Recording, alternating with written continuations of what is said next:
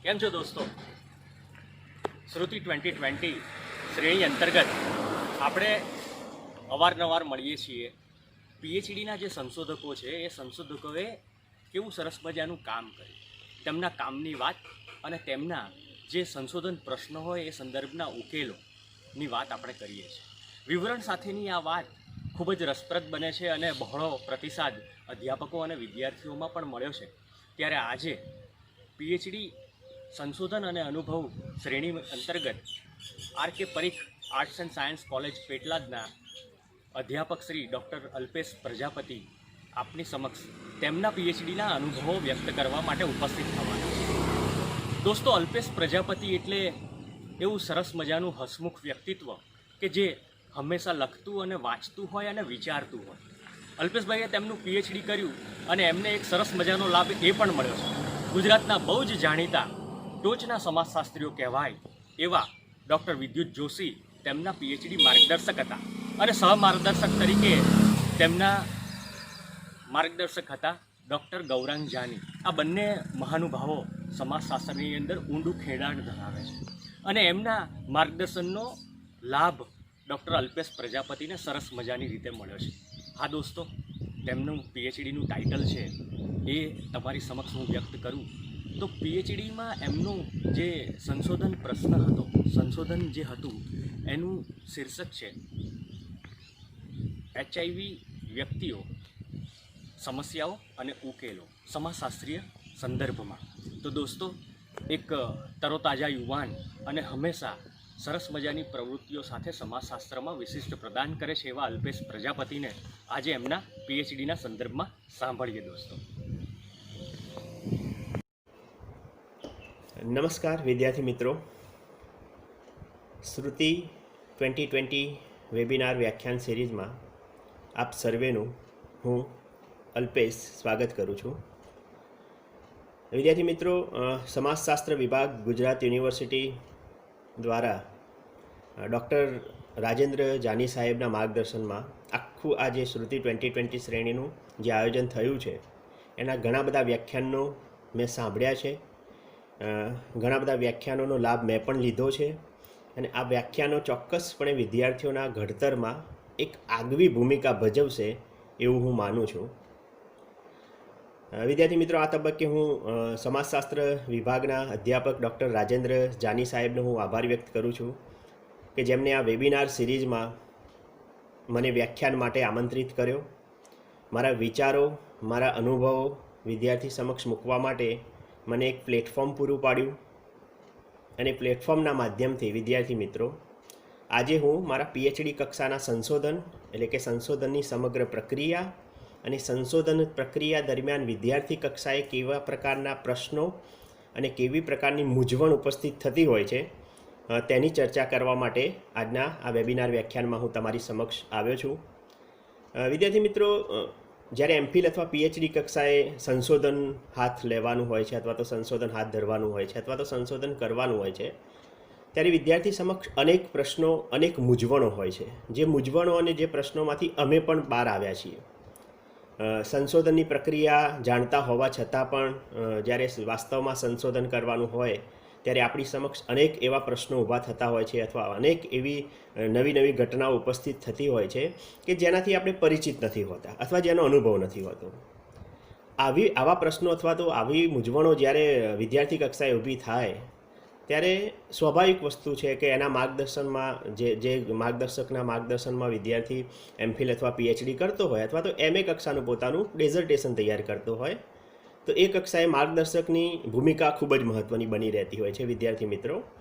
પણ અહીંયા તમારી સમક્ષ હું મારા સંશોધનના જે અનુભવો છે પીએચડી કક્ષાના એ અનુભવો દરમિયાન આખી સંશોધનની પ્રક્રિયાને કયા તબક્કે અથવા કેવી રીતે મેં આખો એક ઓપ આપેલો મારા માર્ગદર્શક જે ડૉક્ટર વિદ્યુત જોશી અને ડૉક્ટર ગૌરાંગ જાની સાહેબ હતા એમના માર્ગદર્શનમાં મેં મારા પીએચડી કક્ષાના સંશોધનને કેવી રીતે ઓપ આપી એની સમગ્ર પ્રક્રિયા પણ આપણે સમજીશું આ વ્યાખ્યાનના માધ્યમથી.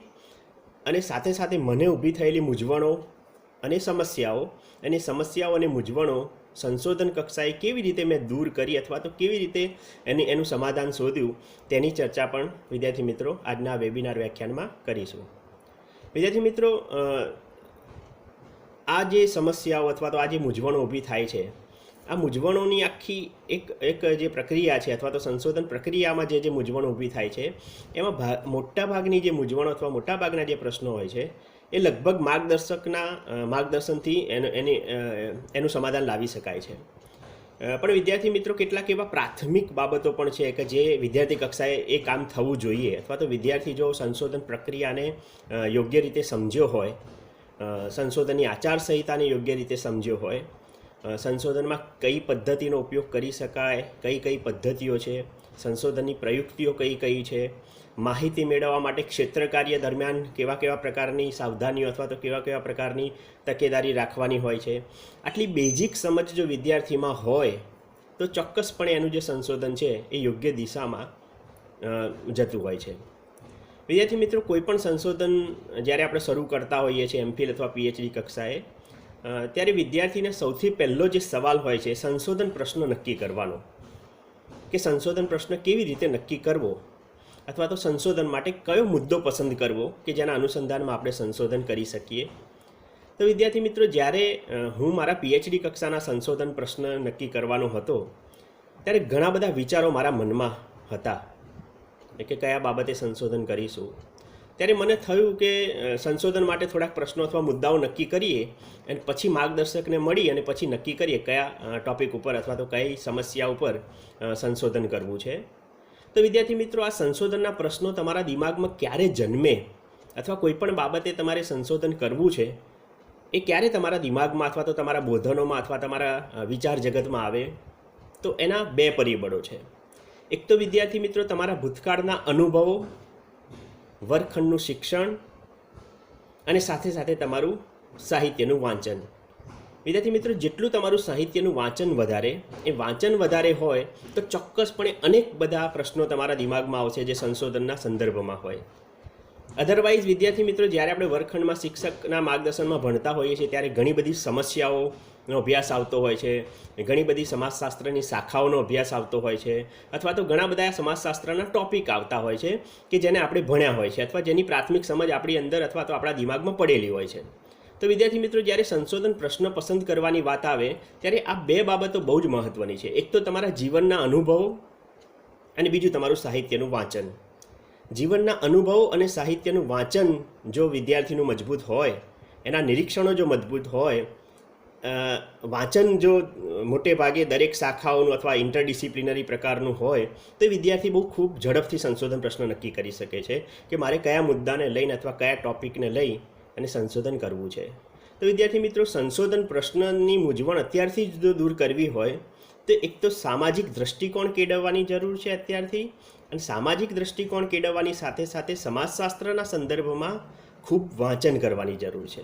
સમાજશાસ્ત્રની નવી શાખાઓ, સમાજશાસ્ત્રના સિદ્ધાંતો, પદ્ધતિશાસ્ત્ર, એમાં જો તમે એક પ્રાથમિક સમજ ઊભી કરો છો અને એ સમજના કારણે તમારું જે માઇન્ડ છે અથવા તમારા જે વિચારો છે અથવા તમારો જે દૃષ્ટિકોણ છે એ દૃષ્ટિકોણ જો સામાજિક અથવા સમાજશાસ્ત્રીય બનતો જાય, વૈજ્ઞાનિક દૃષ્ટિકોણ જો તમારામાં આવતો જાય તો ચોક્કસપણે તમે સંશોધન પ્રશ્ન જે પણ પસંદ કરશો એ સંશોધન પ્રશ્ન તમને ખૂબ ઝડપથી અને સર્વાનુમતે સ્વીકૃતિ થાય તેવા પ્રકારનો મળી રહેશે એવું મારું માનવું છે. એટલે મારે જ્યારે સંશોધન કરવાનું હતું પીએચડી કક્ષાનું, ત્યારે મારી સમક્ષ ઉપસ્થિત થયું કે સંશોધન પ્રશ્ન કેવી રીતે પસંદ કરવો અથવા તો કયો સંશોધન પ્રશ્ન પસંદ કરવો. ત્યારે વિદ્યાર્થી મિત્રો, મેં 3 સંશોધન પ્રશ્નો પસંદ કરેલા. એક તો સ્વાભાવિક વસ્તુ છે કે તમે જે જ્ઞાતિમાંથી બિલોંગ કરતા હોય અથવા જે જ્ઞાતિમાંથી આવતા હોય, જનરલી એ જ્ઞાતિ વિશે જાણવાની ઉત્સુકતા હોય અથવા તો જ્ઞાતિ વિશેના સંશોધનો આપણી જ્ઞાતિના હોય તો સરળતાથી પૂરા પડતા, એવા બધા કન્સેપ્ટના કારણે મેં મારી જ્ઞાતિ વિશે સંશોધન કરવાનું વિચાર્યું. પછી મેં બીજો પ્રશ્ન જે વિચાર્યો એ મારા ગામના અનુસંધાનમાં, કારણ કે મારું જે ગામ ખરું એ ગામમાં મોટે ભાગે એનઆરઆઈસ છે અથવા પાટીદારો જે છે અમેરિકા શિફ્ટ થયેલા છે. તો મને એવું થયું કે મારા ગામના જે પાટીદારો છે, જે એનઆરઆઈસ છે, ડાયસ્પોરાના સંદર્ભમાં એમનો ક્યાંક અભ્યાસ કરી શકાય, આવો વિચાર મારા મનમાં આવ્યો. અને ત્રીજો જે વિચાર આવ્યો મારા મનમાં એ આવ્યો HIV ગ્રસ્ત જે લોકો છે એમને કેવા પ્રકારની સમસ્યા ઊભી થતી હશે, એ વ્યક્તિઓ સામે જિંદગીના અથવા સામાજિક સમસ્યાઓના કેવા કેવા કેવા પડકારો એમને સહન કરવા પડતા હશે, અથવા એમની જીવનશૈલી કેવી હશે, અથવા ફિનોમિનોલોજી અથવા તો ઘટનાશાસ્ત્રના સંદર્ભમાં એમની જે દૈનિક પ્રવૃત્તિઓ છે એમાં HIV ગ્રસ્તતા ક્યાં નડે છે એને જાણવાનો પ્રયત્ન પણ મારા થકી થવો જોઈએ એવું મેં વિચાર્યું. તો વિદ્યાર્થી મિત્રો, આ 3 પ્રશ્નો મારી સામે હતા, જેમાંથી મારા માર્ગદર્શકના માર્ગદર્શન મુજબ જ્ઞાતિ અંગે ઘણા બધા સંશોધનો થયેલા છે. પાટીદારોનું સંશોધન એટલા માટે શક્ય નહોતું કે એના માટે અમેરિકા જવું પડે અથવા તો અમેરિકા સાથેનો કોન્ટેક્ટ, એ બધી મારી વ્યક્તિગત અને કૌટુંબિક મર્યાદા, જેના કારણે એ પ્રશ્ન પણ સિલેક્ટ નહોતો થઈ શકે એવો. તો રહ્યો એક પ્રશ્ન, HIV ગ્રસ્ત વ્યક્તિઓ, સમસ્યાઓ અને સમાધાનો. તો વિદ્યાર્થી મિત્રો, મેં અમદાવાદના જે HIV પોઝિટિવ પીપલ હતા અથવા HIV ગ્રસ્ત લોકો હતા એમના અંગે મેં મારું PhDનું સંશોધન કરેલું કે HIV ગ્રસ્ત જે વ્યક્તિઓ છે તો એ વ્યક્તિઓને કેવા પ્રકારની સમસ્યાઓનો સામનો કરવો પડે છે અને આ સમસ્યાઓને હળવી કરવા માટે અથવા તો દૂર કરવા માટે શું કરી શકાય, કેવા પગલાં લઈ શકાય, એનો એક અભ્યાસ PhD કક્ષાએ કરવાનો નક્કી થયો. વિદ્યાર્થી મિત્રો, અહીંયા મહત્ત્વની વસ્તુ એ છે કે જ્યારે સંશોધન પ્રશ્નો પસંદ કરતા હતા ત્યારે આ 3 પ્રશ્નો કેમ મારા દિમાગમાં આવ્યા અથવા કેમ મારા વિચાર વિશ્વમાં આવ્યા, તેના પાછળનું મહત્ત્વનું એક કારણ હતું મારા ભૂતકાળના જીવનના અનુભવો. તમારી આસપાસનું સામાજિક સાંસ્કૃતિક વાતાવરણ, તમારું શિક્ષણ, તમારું વાંચન, તમારા અનુભવો, આ તમામ બાબતો ક્યાંકના ક્યાંક આ સંશોધન પ્રશ્નની પસંદગીમાં ખૂબ જ મહત્ત્વની ભૂમિકા ભજવતા હોય છે. એટલે હું તો વિદ્યાર્થી મિત્રોને સલાહ આપું છું, પ્રવાસ કરો, નવી નવી જગ્યાઓ જુઓ, નવા સમુદાયને મળો, અનુભવો, જિંદગીના અનુભવો તમે સંગ્રહ કરો, ખૂબ વાંચન કરો. વાંચનથી તમારી એક વિચાર સૃષ્ટિ ઊભી થશે. આ બધી વસ્તુ ક્યાંક ને ક્યાંક તમને PhD કક્ષાના અથવા તો MPhil કક્ષાના સંશોધનમાં સંશોધન પ્રશ્ન નક્કી કરવામાં ખૂબ મદદરૂપ થશે એવું મારું માનવું છે. વિદ્યાર્થી મિત્રો, જ્યારે આપણે સંશોધન પ્રશ્ન પસંદ કરી લેતા હોઈએ છીએ પછી PhD કક્ષા અથવા તો MPhil કક્ષાના સંશોધનમાં એક પ્રશ્ન આવતો હોય છે અને છે સંશોધન ડિઝાઇન. MA કક્ષાએ પણ આપણે સંશોધન ડિઝાઇનના પાસાઓની ચર્ચા કરીએ છીએ. વિમલ શાહ, જે સમાજશાસ્ત્રી ખરા ગુજરાતના પ્રતિષ્ઠિત, એમની પણ એક પુસ્તક છે સંશોધન ડિઝાઇન અને અહેવાલ લેખન, તે પણ તમે વાંચી શકો છો. એમાં પણ સંશોધન ડિઝાઇનના પાસાઓ એમને વ્યક્ત કરેલા છે. પણ વિદ્યાર્થી કક્ષાએ જ્યારે મારે સંશોધન ડિઝાઇન વિશે સમજાવવાનું હોય તો તમે જે પ્રક્રિયામાં અથવા તો જે બાબતો સાથે સંશોધન કરવાના છો એમાં કઈ પ્રયુક્તિ પસંદ કરવાના છો, સંશોધનની કઈ પદ્ધતિ પસંદ કરવાના છો, માહિતીનું એકત્રીકરણ કેવી રીતે કરવાના છો, માહિતીનું વર્ગીકરણ અને વિશ્લેષણ કેવી રીતે કરવાના છો, એની સાથે સાથે કેટલા સમયમાં તમારું સંશોધન પૂરું કરવાનું છે, આ તમામ વિગતો ક્યાંકના ક્યાંક સંશોધન ડિઝાઇનમાં આલેખવાની હોય છે. વિદ્યાર્થી મિત્રો, આજે સંશોધન ડિઝાઇન આપણા દ્વારા તૈયાર થતી હોય છે એને જડ રીતે વળગી રહેવાની જરૂર નથી. દાખલા તરીકે મેં મારા સંશોધન PhD કક્ષાના સંશોધનમાં સંશોધન ડિઝાઇનમાં લખેલું કે ભાઈ હું મારી ઉત્તરદાતાઓ પાસેથી માહિતી મુલાકાત અનુસૂચિના માધ્યમથી લઈશ અથવા મુલાકાત અનુસૂચિના માધ્યમથી હું મારા ઉત્તરદાતાઓ પાસેથી ડેટા કલેક્શન કરીશ. પણ હું જડ રીતે એને વળગી ના રહ્યો. મુલાકાત અનુસૂચિ ભલે નક્કી થઈ હોય પણ તમને ક્ષેત્ર કાર્યનો જેમ જેમ અનુભવ થાય અથવા તો તમારા સંશોધનના ક્ષેત્ર સાથે તમારો જે ઘરોબો બંધાય, એક સંબંધ બંધાય, એ ઘરોબો બંધાય એની સાથે સાથે તમારા જે અનુભવો આવતા જાય, તમારી પાસે જે નવી જ્ઞાન અથવા સમજ ઊભી થાય, તેમ તમે સંશોધનની પ્રયુક્તિ અને પદ્ધતિમાં બદલાવ કરી શકો છો. એટલે સંશોધન ડિઝાઇનનો મતલબ એવો નથી કે તમે જડ રીતે જે સંશોધન ડિઝાઇન નક્કી કરી છે અને એને જ વળગી રહો. ના, એવું નથી વિદ્યાર્થી મિત્રો. જેમ તમે સંશોધનમાં આગળ ધપતા જાઓ છો અથવા સંશોધન કરતા જાઓ છો તેમ તમે તમારી સંશોધન ડિઝાઇન જે છે એમાં યોગ્ય પરિવર્તનો લાવી શકો છો અથવા તો યોગ્ય બદલાવ લાવી શકો છો. ઘણા બધા વિદ્યાર્થીઓ એવું સમજતા હોય છે કે ભાઈ એકવાર સંશોધન ડિઝાઇન તૈયાર થઈ ગઈ, રિસર્ચ પ્રપોઝલ તૈયાર થઈ ગઈ, રિસર્ચ પ્રપોઝલમાં તો મેં આ રીતે વાતને રજૂ કરી છે, હવે આ રીતેની વાતને આ રીતે મૂકવાની જરૂર છે. રિસર્ચ પ્રપોઝલમાં તો મેં માહિતી મેળવવાની જે પદ્ધતિ છે એમાં સર્વેક્ષણ લખી છે અને હવે તો મારે કેસ સ્ટડી કરવાની જરૂર છે અથવા FGD કરવાની જરૂર છે, તો હવે હું શું કરું? તો વિદ્યાર્થી મિત્રો, વિમલ શાહ પોતે નોંધે છે પોતાની પુસ્તકમાં કે સંશોધન ડિઝાઇનના જેટલા પણ પાસાઓ છે એક સમજના ભાગરૂપે છે, એક સંશોધનની પ્રક્રિયાના ભાગરૂપે છે. એ જડ રીતે એને વળગી રહેવું અથવા તો સંશોધન પૂરું થાય ત્યાં સુધી એ જ પાસાઓને માત્ર ફોલો કરવા એવા દૃષ્ટિકોણની વાત નથી.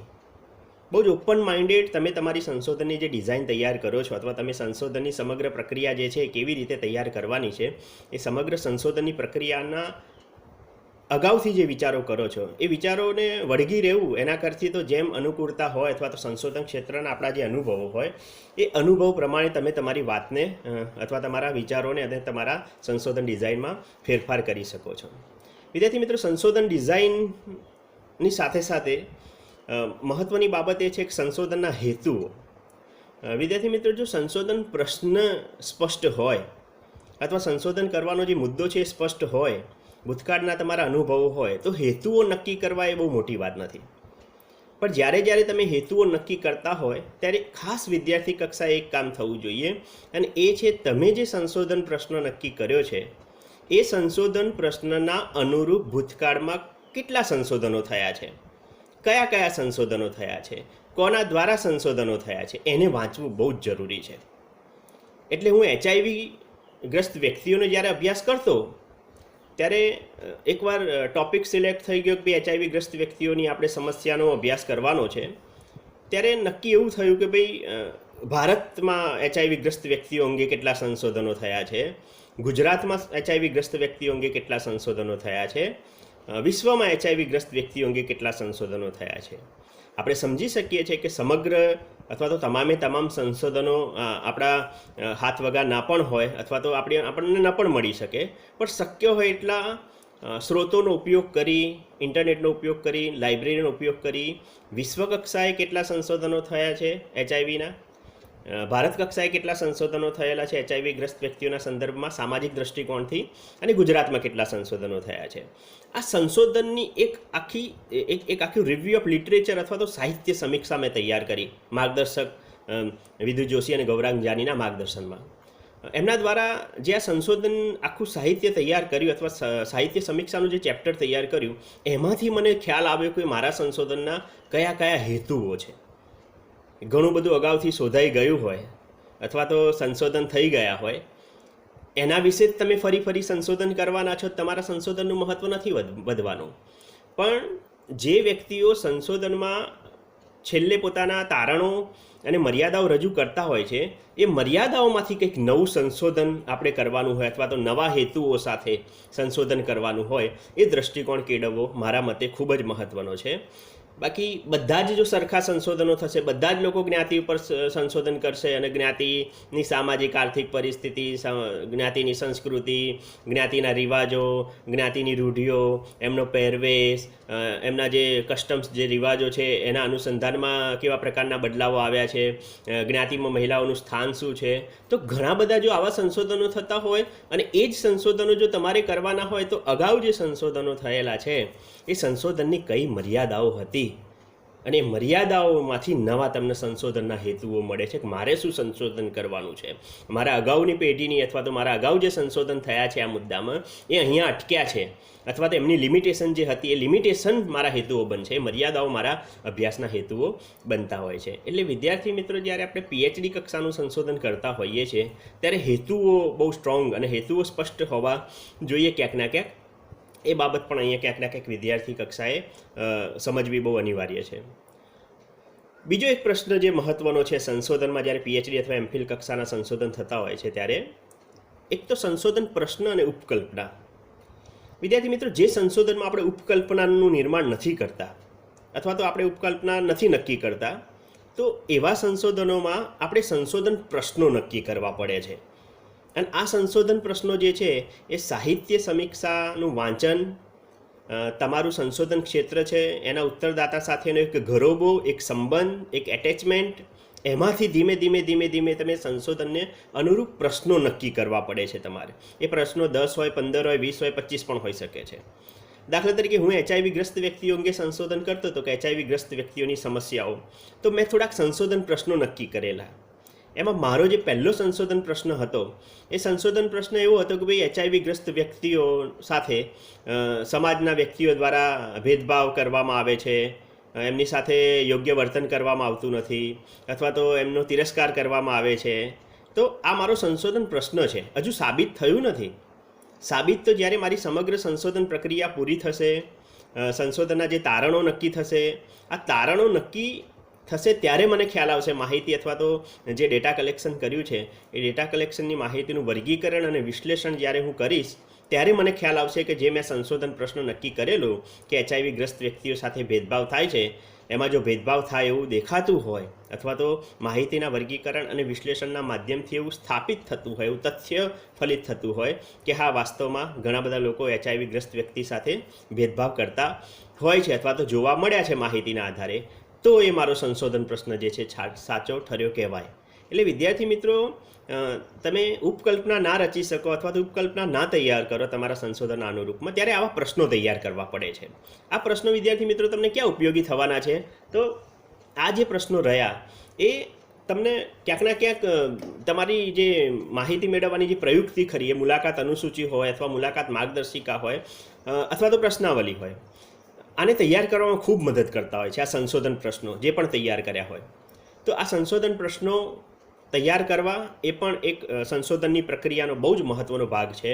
અને આ સંશોધન પ્રશ્નો તમારા થીસીસમાં અથવા તમારા ડેઝર્ટેશનમાં નોંધવા બહુ જરૂરી છે કે ભાઈ આ સંશોધન પ્રશ્નો મારા દિમાગમાં આવેલા અથવા તો આ પ્રશ્નો જે હતા એ મેં અગાઉથી વિચારેલા, અને સંશોધનમાં જ્યારે મેં એકવાર ડેટા કલેક્શન કર્યું પછી આ પ્રશ્નો આ રીતે વાસ્તવમાં તથ્ય હતા કે ખોટી માન્યતા હતી મારી, એ વસ્તુ તમારી તારણોમાં અથવા છેલ્લે અહેવાલ લેખનમાં ક્યાંક ના ક્યાંક નોંધવાનું હોય છે. તો વિદ્યાર્થી મિત્રો, ઉપકલ્પના રચવી અથવા તો સંશોધન પ્રશ્નો નક્કી કરવા એ સંશોધનની એક સમગ્ર પ્રક્રિયાનો બહુ મહત્ત્વનો ભાગ છે, જે પ્રશ્નો તમને મુલાકાત અનુસૂચિ અથવા પ્રશ્નાવલી અથવા તો મુલાકાત માર્ગદર્શિકા તૈયાર કરવામાં ખૂબ જ મદદરૂપ થતા હોય છે.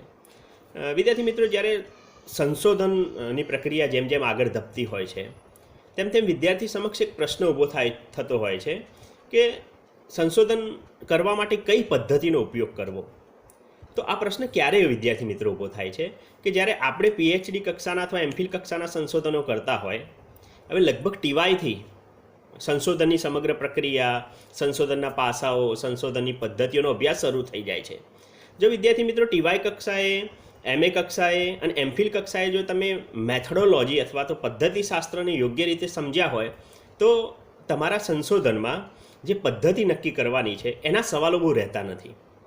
આ સવાલો ક્યારે ઉપસ્થિત થાય છે? જ્યારે તમે સમાજશાસ્ત્રના અનુરૂપ સંશોધન પદ્ધતિઓ વિશે જાણતા ના હોય ત્યારે. પણ જો તમારા દિમાગમાં સંશોધન પદ્ધતિઓ વિશેનો એક સ્પષ્ટ ખ્યાલ હોય અથવા તો તમે પોતે સમાજશાસ્ત્રની સંશોધન પદ્ધતિઓથી પરિચિત હોય, એના ઉપયોગથી પરિચિત હોય, તો વિદ્યાર્થી મિત્રો, જ્યારે તમે PhD અથવા MPhil કક્ષાનું જ્યારે સંશોધન કરો છો ત્યારે આ પદ્ધતિઓનો જે તમારો અનુભવ છે અથવા તો આ સંશોધન પદ્ધતિઓનું તમારું જે જ્ઞાન છે એ ક્યાંક ને ક્યાંક તમને ઉપયોગી થવાનું છે. દાખલા તરીકે સમાજશાસ્ત્રમાં આપણે સંશોધન કરતા હોઈએ તો આપણે જાણીએ છીએ કે ભાઈ ઉત્તરદાતા પાસેથી આંકડાકીય માહિતી લેવી હોય અથવા તો આંકડાકીય માહિતીની વધારે જરૂર હોય એવા પ્રકારના આપણા સંશોધનો હોય, અથવા તો સંખ્યાત્મક માહિતીની વધારે જરૂરિયાત હોય એવા પ્રકારના જો આપણા સંશોધનો હોય, તો મોટે ભાગે આપણે સામાજિક સર્વેક્ષણ, એમાં સેમ્પલ સર્વે અને નિદર્શનો ઉપયોગ કરીએ છીએ. એ દૃષ્ટિકોણ આપણો સ્પષ્ટ છે. પણ માની લો કે આપણું અભ્યાસ ક્ષેત્ર અથવા તો સંશોધનનો પ્રશ્ન એવો છે કે જેમાં ગુણાત્મક માહિતીની વિશેષ જરૂર પડે છે અથવા તો ગુણાત્મક માહિતી મહત્ત્વની છે. તો આવા સંજોગોમાં વિદ્યાર્થી મિત્રો, આપણી સામે સમાજશાસ્ત્રમાં ગુણાત્મક સંશોધન પદ્ધતિઓ કઈ કઈ છે એનો એક સ્પષ્ટ ખ્યાલ આપણા અંદર હોવો જોઈએ, અથવા તો આપણા દિમાગમાં એ વસ્તુ સ્પષ્ટ હોવી જોઈએ કે આપણા સંશોધનના અનુરૂપ કઈ પદ્ધતિ પસંદ કરીશું કે જેના દ્વારા આપણે જે નક્કી કરેલા હેતુ છે અથવા તો આપણે જે નક્કી કરેલા સંશોધન પ્રશ્નો છે એને આપણે સાબિત કરી શકીશું અથવા તો એને તપાસી શકીશું. તો વિદ્યાર્થી મિત્રો, સંશોધન પદ્ધતિ પસંદ કરવાનો જે આખો તબક્કો રહ્યો એમાં જ્યારે ગુણાત્મક માહિતી પ્રકારની જ્યારે સંશોધન હોય અથવા તો ગુણાત્મક માહિતી તમારે ડેટા કલેક્શન કરવાનું હોય અથવા ગુણાત્મક માહિતી મેળવવા માટે, તો ત્યારે વિદ્યાર્થી મિત્રો ગુણાત્મક માહિતી મેળવવા માટેની સંશોધન પદ્ધતિઓમાં તમે સહભાગી નિરીક્ષણ પદ્ધતિ વિશે ભણ્યા છો, તમે એકમ અભ્યાસ અથવા તો કેસ સ્ટડી વિશે ભણ્યા છો, તમે FGD વિશે ભણ્યા છો, ફોકસ ગ્રુપ ડિસ્કશન વિશે ભણ્યા છો. એની સાથે સાથે તમે કન્ટેન્ટ એનાલિસિસ અથવા આંતર વિષય વસ્તુ વિશ્લેષણ પદ્ધતિ પણ ભણ્યા છો. તો વિદ્યાર્થી મિત્રો, જ્યારે PhD અથવા MPhil કક્ષાના સંશોધનો હોય ત્યારે આટલી વિગતો તમારા દિમાગમાં સંશોધન પદ્ધતિના સંદર્ભમાં સ્પષ્ટ હોવી જોઈએ કે સંશોધન પદ્ધતિ જે છે એમાં કયા પ્રકારની માહિતીની જરૂર છે અને એના અનુરૂપ કયા પ્રકારની સંશોધન પદ્ધતિ આપણે પસંદ કરી શકીએ. આ બહુ જ મહત્ત્વનો તબક્કો હોય છે PhD અથવા MPhil કક્ષાએ જ્યારે આપણે સંશોધન કરતા હોઈએ છીએ ત્યારે. તો વિદ્યાર્થી મિત્રો, જ્યારે સંશોધન પદ્ધતિ નક્કી થઈ જાય એ પછી લગભગ આપણે બધા મુલાકાત અનુસૂચિ, મુલાકાત માર્ગદર્શિકા અને પ્રશ્નાવલી, આ ત્રણમાં અટવાતા હોય છે. ઘણીવાર એવું પણ બને છે કે પ્રશ્નાવલી અને મુલાકાત અનુસૂચિ વચ્ચેનો ભેદ પણ ખ્યાલ નથી હોતો, એવું પણ બને છે ઘણા બધા સંજોગોમાં. તો વિદ્યાર્થી મિત્રો, એકવાર સંશોધન પ્રશ્ન નક્કી થઈ ગયો, એની પદ્ધતિ નક્કી થઈ ગઈ, એના હેતુ નક્કી થઈ ગયા પછી વિદ્યાર્થી કક્ષાએ એક મૂંઝવણ જે ઊભી થાય છે, એ મૂંઝવણ એવું હોય છે કે મારા સંશોધનમાં કઈ પ્રયુક્તિનો ઉપયોગ કરવો, અથવા તો માહિતીના એકત્રીકરણ માટે, ડેટા કલેક્શન માટે કઈ પ્રયુક્તિ ઉપયોગી છે, અથવા તો કઈ પ્રયુક્તિ સફળ થઈ શકે એમ છે, એનો એક આખો વિચાર અથવા તો એક મૂંઝવણ એના અંદર ચાલતી હોય છે. તો વિદ્યાર્થી મિત્રો, તમે કોલેજ કક્ષાએ અથવા MA કક્ષાએ જ્યારે માહિતી મેળવવાની જે પ્રયુક્તિઓ રહી, જે ટૂલ્સ અથવા ટેકનિક્સ જે રહી, એમાંથી તમે જ્ઞાન મેળવી શકો છો. એટલે મારે સંશોધન કરવાનું હોય તો મારા સંશોધનના ઉત્તરદાતાઓની શું લાક્ષણિકતાઓ છે, એમની શૈક્ષણિક લાક્ષણિકતાઓ શું છે, એમની સામાજિક દરજ્જો હોય, અથવા તો એમને એ કયા પ્રકારના સામાજિક સાંસ્કૃતિક પાશ્ચાત્ય ભૂમિકામાં રહે છે, આ જો દૃષ્ટિકોણ મારામાં ક્લિયર હોય અને સાથે સાથે હું સંશોધનની પ્રયુક્તિઓ વિશે જાણતો હોઉં કે મારે મુલાકાત અનુસૂચિનો ઉપયોગ કરવાનો છે, કઈ જગ્યાએ મારે મુલાકાત માર્ગદર્શિકાનો ઉપયોગ કરવાનો છે, અને કેવા પ્રકારના ઉત્તરદાતાઓ હોય તો મારે પ્રશ્નાવલીનો ઉપયોગ કરવાનો છે. જો આ બાબત વિદ્યાર્થીમાં સ્પષ્ટ હોય તો તમારા PhD અથવા MPhil કક્ષાના સંશોધનમાં સંશોધન પ્રયુક્તિ પસંદ કરવાના બહુ સવાલો અથવા તો એ ટાઈમે બહુ મૂંઝવણ ઊભી થતી નથી. પણ જ્યારે બેઝિક કન્સેપ્ટ અથવા તો પ્રાથમિક સમાજશાસ્ત્રની જે સંશોધનની જે પ્રયુક્તિઓ રહી, એના વિશે જો તમારી પાસે જ્ઞાન નથી તો ચોક્કસપણે વિદ્યાર્થી મિત્રો ક્યાંક ના ક્યાંક આ બાબત આપણા માટે સમસ્યા અથવા મૂંઝવણ ઊભી કરતી હોય છે. એટલે ક્યાંક ના ક્યાંક તમે એવો પ્રયત્ન કરજો કે સંશોધન પદ્ધતિઓ પણ સ્પષ્ટ હોય આપણા સંશોધનમાં, અને સંશોધનમાં જે માહિતી એકત્રીકરણ કરવાની જે પ્રયુક્તિઓ છે એ પ્રયુક્તિઓ પણ ક્યાંક ના ક્યાંક સ્પષ્ટ હોય. એ પ્રકારનું આખી એક રૂપરેખા તમારે સંશોધનના સંદર્ભમાં એક બૌદ્ધિક કામ તમારે અગાઉથી કરવાનું હોય છે. અને આ કામ કર્યું હોય તો સંશોધનમાં બહુ ઓછી મુશ્કેલીઓ અથવા તો પ્રશ્નો ઊભા થતા હોય છે. વિદ્યાર્થી મિત્રો, મુલાકાત અનુસૂચિ, મુલાકાત માર્ગદર્શિકા અને પ્રશ્નાવલી, આ ત્રણ માહિતી મેળવવાની જે પ્રયુક્તિઓ છે, ઘણીવાર એવું થતું હોય છે અથવા વિદ્યાર્થીના મનમાં મૂંઝવણ હોય છે કે મેં તો સંશોધન ડિઝાઇનમાં અથવા તો મારી રિસર્ચ પ્રપોઝલ જે પ્રસ્તાવ મૂક્યો છે સંશોધનનો, એમાં તો મેં મુલાકાત અનુસૂચિ બતાવી છે, અને હવે તો મારે મુલાકાત માર્ગદર્શિકા અથવા તો પ્રશ્નાવલીનો ઉપયોગ કરવો પડે એવો છે, તો હું શું કરું? તો વિદ્યાર્થી મિત્રો, એ તબક્કે મૂંઝાવાની જરૂર નથી અથવા મૂંઝવણમાં મુકાવાની જરૂર પણ નથી. અગાઉ જેમ વાત કરીએ એમ સંશોધન ડિઝાઇન તૈયાર કરો અથવા તો સંશોધનની જે રિસર્ચ પ્રપોઝલ તૈયાર કરો, એમાં જડ રીતે વળગી રહેવાની જરૂર નથી. એટલે તમે નક્કી કર્યું હોય કે ભાઈ મારે પ્રશ્નાવલીનો ઉપયોગ કરવો છે સંશોધનમાં માહિતીના એકત્રીકરણ માટે, પણ તમને એવું લાગે કે ભાઈ ના, પ્રશ્નાવલીની જગ્યાએ મુલાકાત અનુસૂચિ અથવા માર્ગદર્શિકા વધારે યોગ્ય છે, તો તમે એમાં પરિવર્તન અથવા બદલાવ લાવી શકો છો. એ બહુ મોટો પ્રશ્ન નથી. એટલે આવા જે ટેકનિકલ પ્રશ્નો છે એમાં વિદ્યાર્થી મિત્રો મૂંઝાવાની જરૂર નથી. સંશોધનની સમગ્ર પ્રક્રિયામાં મહત્ત્વની બાબત એ છે કે તમે જે નક્કી કરેલા હેતુઓ છે, તમે જે નક્કી કરેલા સંશોધન પ્રશ્નો છે, આ સંશોધન પ્રશ્નો અથવા તો આ સંશોધન પ્રશ્નોની તપાસ કરી અને તથ્યો સુધી પહોંચવા માટે કઈ પ્રયુક્તિ મહત્ત્વની છે, અથવા વાસ્તવિકતા સુધી પહોંચવા માટે કઈ પદ્ધતિ મહત્ત્વની છે, એના ઉપર ફોકસ કરવાનું છે સંશોધન દરમિયાન. નહીં કે પ્રયુક્તિઓની મૂંઝવણમાં કે મુલાકાત અનુસૂચિનો ઉપયોગ કર્યો હોત તો સારું હતું, અહીંયા પ્રશ્નાવલીનો ઉપયોગ કર્યો હોત તો સારું હતું, અથવા માર્ગદર્શિકાનો ઉપયોગ કર્યો હોત તો સારું હતું. તમે તમારી અનુકૂળતા પ્રમાણે એમાં બદલાવ લાવી શકો છો. તમારી એટલે ક્ષેત્રની, સંશોધનની અનુકૂળતા પ્રમાણે, કે સંશોધનમાં તથ્યો સુધી પહોંચવા માટેની અનુકૂળતા. બીજું વિદ્યાર્થી મિત્રો, એવું નથી કે તમે મુલાકાત અનુસૂચિનો ઉપયોગ કર્યો હોય તમે સાથે સાથે પ્રશ્નાવલીનો ઉપયોગ ના કરી શકો. અધરવાઇઝ તમે પ્રશ્નાવલીનો ઉપયોગ કરવાના હોય તેની સાથે સાથે મુલાકાત અનુસૂચિ અથવા માર્ગદર્શિકાનો ઉપયોગ ના કરી શકાય, એવું હોતું નથી. આ ત્રણ પ્રયુક્તિઓ તમે એક સાથે પણ તમારા સંશોધનમાં ઉપયોગ કરી શકો છો. દાખલા તરીકે HIV ગ્રસ્ત વ્યક્તિઓની સમસ્યાઓનો જ્યારે હું અભ્યાસ કરતો PhD કક્ષાએ, ત્યારે આધાર નામનું સંગઠન હતું જે HIV ગ્રસ્ત વ્યક્તિઓ સાથે અમદાવાદમાં જોડાયેલું હતું. તો આ સંગઠન સાથે જેટલા પણ વ્યક્તિઓ જોડાયેલા છે એમાંથી અમુક જે મને અવેલેબલ હતા, જેમની સંભાવના હતી મને મળવાની, એવા વ્યક્તિઓને મેં સેમ્પલ તરીકે લઈ અને એમની પાસે મુલાકાત અનુસૂચિ ભરાવેલી. એટલે મુલાકાત અનુસૂચિ એ હું પ્રશ્ન બોલું અને જવાબ આપે, એ રીતે મેં 120 જેટલા ઉત્તરદાતાઓ પસંદ કર્યા અને એમની પાસે મુલાકાત અનુસૂચિ દ્વારા માહિતી મેળવી.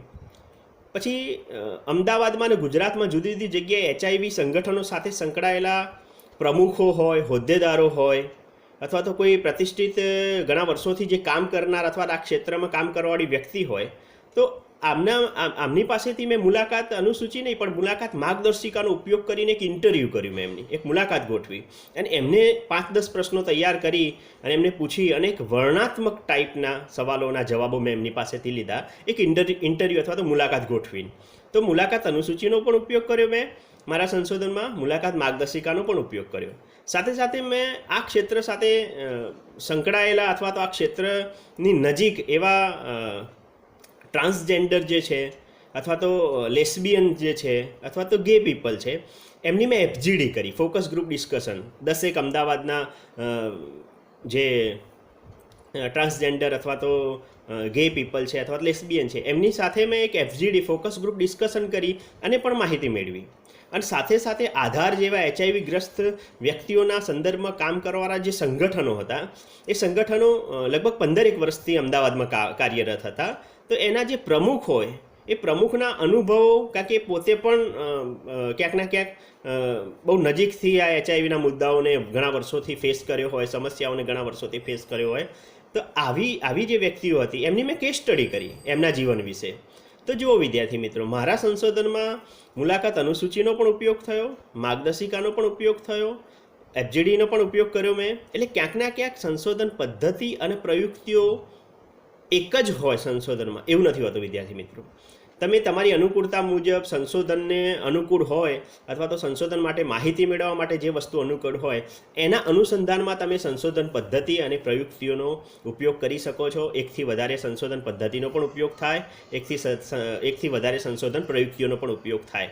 એ વિદ્યાર્થી કક્ષાએ જે મૂંઝવણ હોય એ દૂર કરવી બહુ જ જરૂરી છે.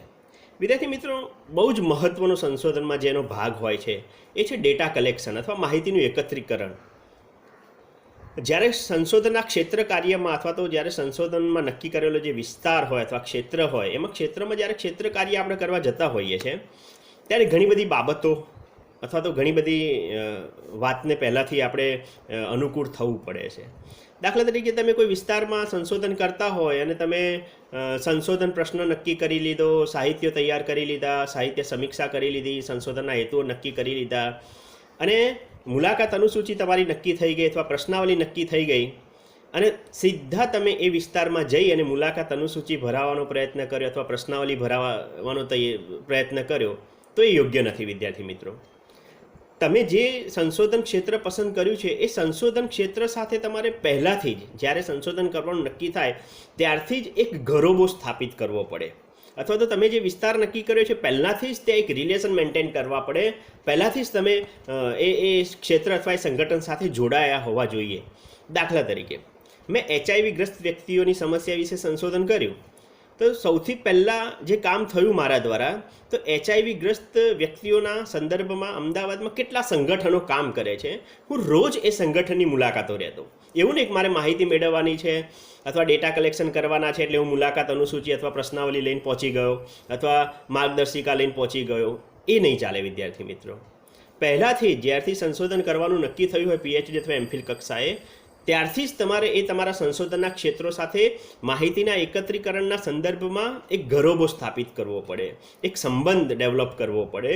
આ સંબંધ ડેવલપ કરો. હું રોજે રોજ જ્યારે આધાર નામના સંગઠનમાં જતો HIV ગ્રસ્ત વ્યક્તિઓના સંદર્ભમાં જે કાર્યરત છે તો એ સંગઠનમાં જઈને રોજ બેસતો. હું અઠવાડિયે 2-3 વાર બેસું તો મને પણ એમાંથી ઘણા બધા અનુભવો થતા અને અનુભવમાંથી મને ઘણા બધા પ્રશ્નો મળતા કે મારે કયા કયા પ્રકારના પ્રશ્નો પૂછવાના છે, પ્રશ્નો કેવી રીતે પૂછવાના છે, પ્રશ્નોમાં સંખ્યાત્મક માહિતી કેવી રીતે કલેક્ટ કરવાની છે, મારે ગુણાત્મક પ્રશ્નો કેવા પ્રકારના પૂછવાના છે. તો વિદ્યાર્થી મિત્રો, તમે માહિતીનું એકત્રીકરણ કરવાની જ્યારે વાત આવે ત્યારે તમે સીધા તમારા સંશોધન ક્ષેત્રમાં માહિતીનું એકત્રીકરણ કરવા પહોંચી જાઓ એ યોગ્ય નથી. માહિતીના એકત્રીકરણની સાથે સાથે તમારે પહેલાંથી જ એ સંશોધન ક્ષેત્ર સાથે એક સંબંધ, એક ઘરોબો બાંધવો પડે, સ્થાપિત કરવો પડે, જેથી કરી તમે જ્યારે માહિતીનું એકત્રીકરણ કરવા જાઓ છો ત્યારે તમે ઘણા બધા સાનુકૂળ હોવ છો. એ અનુકૂળ પરિસ્થિતિ તમારા માટે એક નિર્માણ થતી હોય છે. તો વિદ્યાર્થી મિત્રો, ક્યાંક ને ક્યાંક માહિતીનું એકત્રીકરણ અથવા તો ક્ષેત્ર કાર્યના સંદર્ભમાં તમારા સંશોધનનું નક્કી કરેલું જે ક્ષેત્ર છે એ ક્ષેત્ર સાથે એક ઘરોબો સ્થાપિત કરવો ખૂબ જ અનિવાર્ય છે. તમે એક ઘરોબો સ્થાપિત કર્યો હશે તો તમારા સંશોધનના સંદર્ભમાં ઘણી સરળતા રહે છે. વિદ્યાર્થી મિત્રો, માહિતીનું એકવાર કલેક્શન થઈ ગયું પછી ક્યાંક ના ક્યાંક વિદ્યાર્થીમાં મૂંઝવણ હોતી હોય છે કે ભાઈ માહિતીનું વર્ગીકરણ કેવી રીતે કરવું, વર્ગીકરણ કર્યા પછી એનું વિશ્લેષણ કેવી રીતે કરવું, બે પરિવર્તીઓને જોડવાનો કેવી રીતે પ્રયત્ન કરવો, માહિતીનું વર્ગીકરણ અને વિશ્લેષણમાં ક્યાંક ના ક્યાંક સૈદ્ધાંતિક દૃષ્ટિકોણ કેવી રીતે લાવવો, આ બધી ઘણી મૂંઝવણ હોય છે. ઘણી કક્ષાએ આપણે એવું કરતા હોઈએ છીએ, કોષ્ટક બનાવ્યા નીચે સમજાવ્યા, કોષ્ટક બનાવ્યા નીચે સમજાવ્યા, અથવા આલેખ તૈયાર કર્યા અને આલેખ નીચે સમજાવી દીધા. તો વિદ્યાર્થી મિત્રો, માત્ર આલેખ અથવા કોષ્ટકો સમજાવવાથી નહીં ચાલે. આલેખ અને કોષ્ટકમાં જે તમે ડેટા અથવા જે માહિતી અથવા જે આંકડા મૂક્યા છે એ આંકડાથી આપણા સંશોધનમાં શું નવા તથ્યો અથવા બે પરિવર્તીઓને કેવી રીતે જોડીને આ કોષ્ટકને બતાવી શકાય, અથવા આલેખમાં બે પરિવર્તીઓ અથવા બે પરિસ્થિતિને કેવી રીતે જોડીને એને રજૂ કરી શકાય, આની એક સમજ પણ હોવી જોઈએ વિદ્યાર્થી મિત્રો. જ્યાં સુધી તમે આ સમજ નથી કેળવતા ત્યાં સુધી તમારી પાસે અઢળક આંકડા હોય અથવા માહિતી તમે ખૂબ એકત્ર કરી હોય, ખૂબ ઈમાનદારીથી એકત્ર કરી હોય, માહિતીને એકત્રીકરણમાં ખૂબ રસ લીધો હોય, સંશોધનની આચારસંહિતાનો ભંગ કર્યા વગર તમે માહિતી એકત્ર કરી હોય, પણ જો તમારી અંદર એક સમજ નહીં હોય, એક સમાજશાસ્ત્રીય દૃષ્ટિકોણ નહીં હોય, બે પરિવર્તીઓ વચ્ચેનો કાર્યકારણ સંબંધ કેવી રીતે સ્થાપી શકાય છે અથવા શોધી શકાય છે, એ જો દૃષ્ટિકોણ નહીં હોય તો આંકડાઓ માત્ર તમારા માટે એક આંકડાઓ છે. તો સંશોધનમાં તમે જે આંકડાઓ મેળવ્યા છે એ આંકડાઓને સામાજિક દૃષ્ટિકોણથી જોવાનો એક પરિપ્રેક્ષ્ય ઊભો કરવો પડશે અને એ અનુભવથી આવશે. જેમ જેમ તમે વાંચન કરતા જશો, સંશોધન ક્ષેત્રમાં તમે ભણતા જશો, સંશોધનમાં ઓતપ્રોત થઈ જશો. તમે જ્યારે સંશોધનમાં ઓતપ્રોત થઈ જશો એટલે ક્યાંક ના ક્યાંક તમારામાં એક સૂઝ અને એક સમજ ઊભી થશે, અને સાથે સાથે એક સામાજિક દૃષ્ટિકોણ અથવા સમાજશાસ્ત્રીય દૃષ્ટિકોણને જ્યારે તમે એ તમારી સમજમાં ભેળવશો ત્યારે ચોક્કસપણે તમે બે પરિવર્તીઓ વચ્ચે કેવા પ્રકારનો સંબંધ છે એ તમે સંશોધનના માધ્યમથી સ્થાપિત કરી શકશો. અત્યારે તો બજારમાં SPSS અથવા સ્ટેટિસ્ટિકલ પેકેજ ફોર સોશિયલ સાયન્સના સોફ્ટવેર પણ ઘણા બધા આવે છે, જે ફ્રી નથી, લાઇસન્સ વર્ઝન હોય અથવા તો પૈસા ચૂકવીને આપણે લેતા હોઈએ છીએ, અને ઘણા લોકો SPSSથી ડેટાનું એનાલિસિસ પણ કરી આપતા હોય છે. પણ વિદ્યાર્થી મિત્રો, એ માત્ર માહિતીનું વર્ગીકરણ થાય, કોષ્ટીકરણ થાય, આલેખ તૈયાર થાય, એ માહિતીમાં સમાજશાસ્ત્રીય દૃષ્ટિકોણ તો તમારા અનુભવ, તમારું વાંચન અને તમારી સમાજશાસ્ત્રીની જે સૂઝ છે અથવા જે દૃષ્ટિકોણ છે એના માધ્યમથી જ તમે કેળવી શકવાના છો.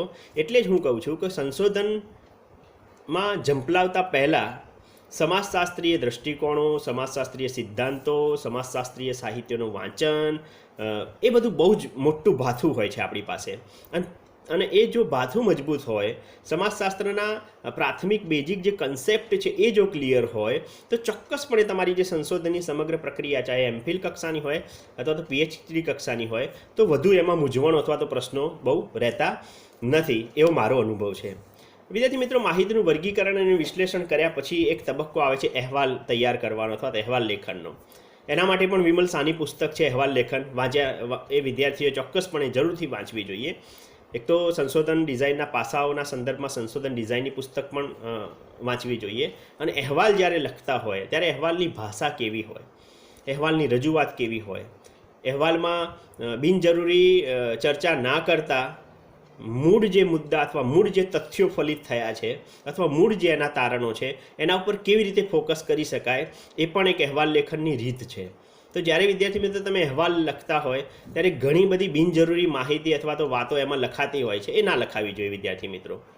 તમે સંશોધનમાં જે તથ્યો ફલિત કર્યા હોય, જે તથ્યો શોધ્યા હોય, જે વિગતો શોધી હોય, જે તારણો શોધ્યા હોય, એના અનુરૂપ જ તમારે અહેવાલનું લેખન કરવું જોઈએ અથવા તો અહેવાલ તમારે તૈયાર કરવો જોઈએ.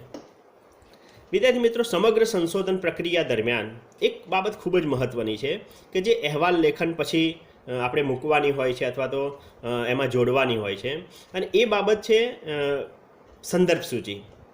વિદ્યાર્થી મિત્રો, તમે તમારા સમગ્ર 2, 3, 4, 5 વર્ષના સંશોધનમાં, PhD કક્ષાનું સંશોધન હોય અથવા MPhil કક્ષાનું સંશોધન હોય, તમે કયા કયા સ્ત્રોતોનો ઉપયોગ કર્યો છે માહિતી મેળવવા માટે, એમાં કઈ પુસ્તકો તમે વાંચી છે, કેટલા મેગેઝિનો વાંચેલા છે, ભૂતકાળમાં થયેલા કયા કયા સંશોધનો વાંચ્યા છે, એની એક યાદી આપણે તૈયાર કરવાની હોય છે, એક લિસ્ટ તૈયાર કરવાનું હોય છે. આ યાદી કે લિસ્ટ જેને આપણે સંદર્ભ સૂચિ તરીકે ઓળખતા હોઈએ છીએ, અને સંદર્ભ સૂચિ જે છે એ મોટે ભાગે તમે તમારી અનુકૂળતા પ્રમાણે મૂકી શકો છો, પણ ક્યાંકના ક્યાંક તમે જુઓ તો વર્તમાન સમયમાં પહેલાં ઇંગ્લિશ આલ્ફાબેટ પ્રમાણે તમે સંદર્ભ સૂચિ ગોઠવો, પછી હિન્દી જે પુસ્તકોનો ઉપયોગ કર્યો હોય એ પુસ્તકોને તમે મૂકો, અને એ પછી તમે ગુજરાતી પુસ્તકો હોય એ ગુજરાતી પુસ્તકોને પણ તમે મૂકી શકો છો. અધરવાઇઝ ગુજરાતી પુસ્તકોને મૂકો, પછી હિન્દીને મૂકો, અને તમે પછી છેલ્લે ઇંગ્લિશ પુસ્તકોને મૂકો. તમારી અનુકૂળતા મુજબ તમે એને ગોઠવી શકો છો.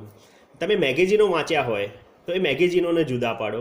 તમે ઇન્ટરનેટમાં અથવા કોઈ વેબસાઇટનો ઉપયોગ કર્યો હોય તો એ વેબસાઇટની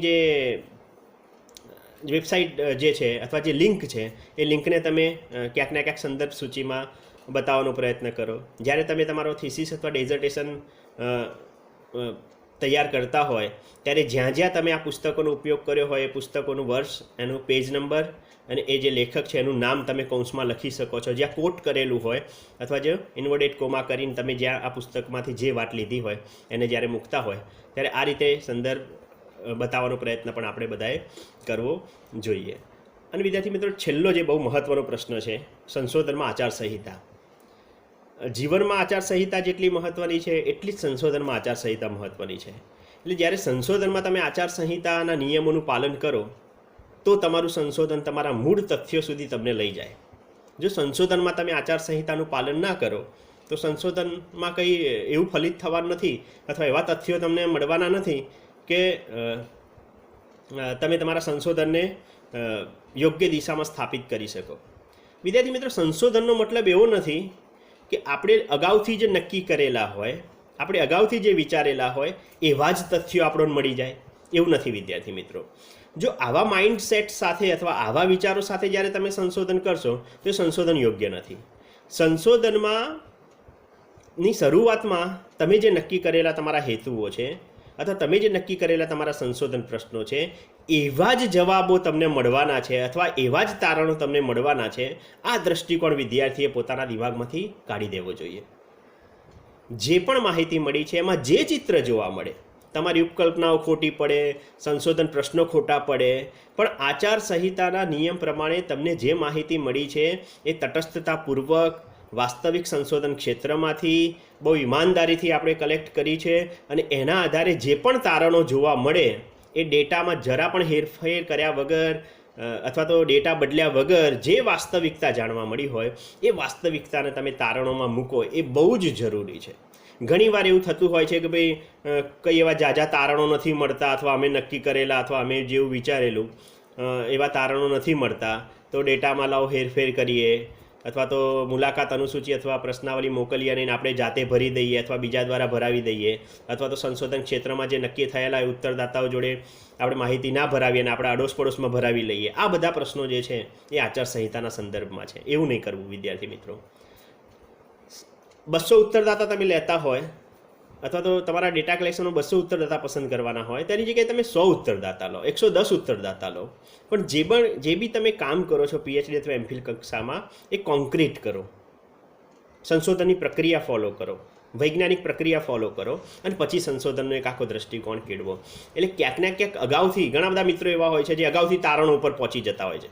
ભાઈ હજુ સંશોધન બાકી છે, તું તારણોની વાત કરે છે કેમ? કારણ કે એમને માઇન્ડ એવું સેટ કરી દીધું હોય છે કે આ પ્રકારના તારણો મને મળવાના છે અને આ પ્રકારના મારે શોધવાના છે, અને છેલ્લે એવા શોધાઈ પણ જાય. પણ વિદ્યાર્થી મિત્રો, જ્યારે એમફિલ અને પીએચડી કક્ષાના સંશોધનો આપણે કરતા હોઈએ છીએ ત્યારે આ પ્રકારનું માઇન્ડસેટ નહીં ચાલે. અગાઉથી તમે તારણો શોધી દેશો અથવા તમારા દિમાગમાં નક્કી કરી દેશો તો એ યોગ્ય નથી.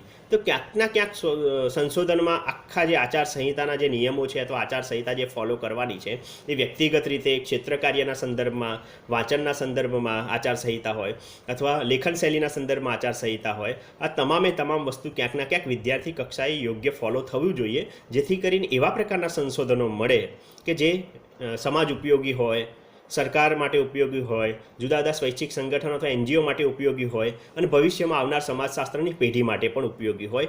એવા પ્રકારનું સંશોધન આપણા થકી થવું જોઈએ.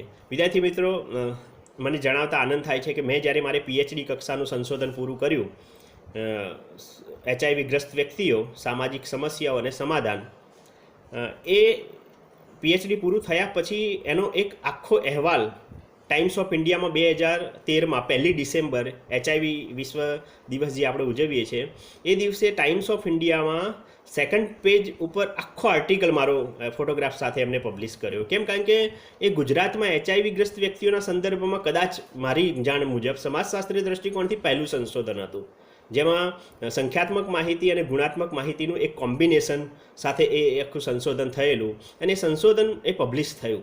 તો વિદ્યાર્થી મિત્રો, તમારા સંશોધન એવા હોવા જોઈએ કે જેની ક્યાંક નોંધ લેવાય.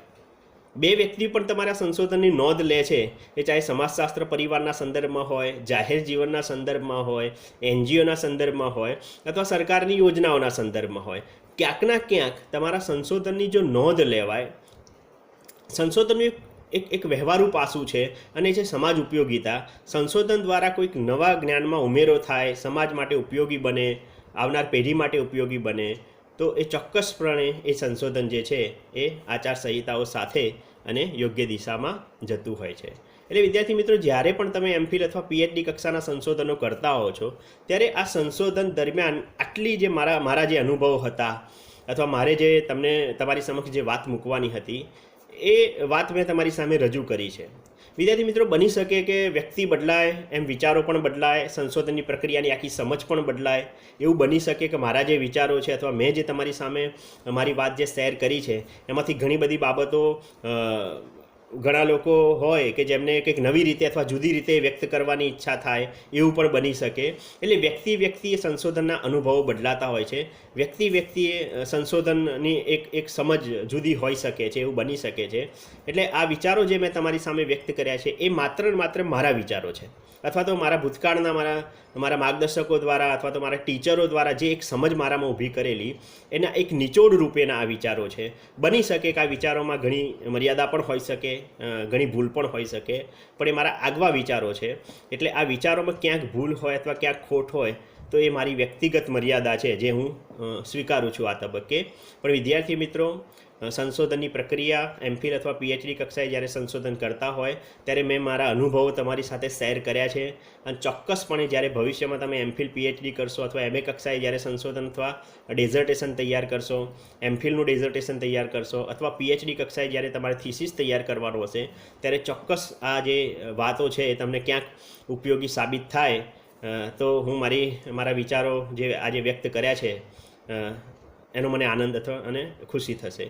વિદ્યાર્થી મિત્રો, આ તબક્કે તમે જે મને શાંતિથી સાંભળ્યો, તમારો ખૂબ ખૂબ આભાર. અને સાથે સાથે ગુજરાત યુનિવર્સિટી સમાજશાસ્ત્ર વિભાગ, જ્યાંનો હું વિદ્યાર્થી, જ્યાંની બેન્ચીસો પર હું ભણેલો, એવા ભવનના અધ્યાપક ડૉક્ટર રાજેન્દ્ર જાની સાહેબનો પણ હું આ તબક્કે આભાર વ્યક્ત કરું છું કે એક વિદ્યાર્થીને તક આપી પોતાના જ વિદ્યાર્થીઓ સાથે વાત કરવાની. એટલે વિદ્યાર્થીને જ્યારે શિક્ષક આ રીતે તક આપતા હોય ત્યારે એક અનેરો જ આનંદ હોય. અને એ તક રાજેન્દ્ર જાની સાહેબે જે પૂરી પાડી છે, મિત્ર છે, પણ સાથે સાથે એમની દરેક પ્રવૃત્તિઓ જે છે એ કોઈને કોઈ પ્રકારની ઇનોવેટિવ હોય છે અથવા તો એક રચનાત્મક પ્રવૃત્તિઓ તરફ એ હંમેશા વળેલા હોય છે, જે ક્યાંકના ક્યાંક વિદ્યાર્થીઓને જીવનમાં ઉપયોગી થાય. કારણ કે હું જોઉં છું છેલ્લા મહિનાથી જે શ્રુતિ 2020 શ્રેણી એમના દ્વારા જે વેબિનાર શરૂ થયા છે, એમાં બહુ જ ઇન્ટરડિસિપ્લિનરી અથવા તો જુદા જુદા વિષયોના ટૉપિકો જે વિદ્યાર્થીલક્ષી હોય અથવા તો વિદ્યાર્થીને ઉપયોગી હોય એવા ટૉપિકો એમને સિલેક્ટ કરેલા છે. અને આ શ્રુતિ 2020 વેબિનાર શ્રેણીનો મને પણ એક ભાગ બનાવ્યો, એ બદલ હું ગુજરાત યુનિવર્સિટી સમાજશાસ્ત્ર વિભાગ અને ડૉક્ટર રાજેન્દ્ર જાની સાહેબનો ખૂબ જ ઋણી અને આભારી છું. Thank you so much. આભાર વિદ્યાર્થી મિત્રો. વાહ અલ્પેશભાઈ, ખૂબ જ મજા પડી. તમારા સંશોધન અને સંશોધન સાથેના અનુભવો એ તમે વિગતે પ્રસ્તુત કર્યા, એની મજા ખૂબ જ આવી જશે. દોસ્તો, અલ્પેશભાઈનો આભાર આપણે માનીએ છીએ. આપ સૌ વતી અલ્પેશભાઈ, અમે ફરી આપના આભારી છીએ કે તમે અમારું આમંત્રણ સ્વીકારી અને સરસ મજાની રીતે તમારા PhD સંશોધનને સમાજ સમક્ષ મૂકવાનો એક પ્રયાસ કર્યો છે. આશા છે કે આ પ્રયાસ ખૂબ જ ઉજ્જવળ ભવિષ્ય તરફ લઈ જશે અને નવ સંશોધકોને આ અભ્યાસ ખૂબ જ મદદરૂપ બનશે એવી આશા છે. દોસ્તો, આપણે ફરી પાછા શ્રુતિ 2020 શ્રેણી અંતર્ગત PhD સંશોધન અને અનુભવો વિષયની વ્યાખ્યાન માળામાં ઉપસ્થિત થશું. ત્યાં સુધી રજા આપશો. Thank you.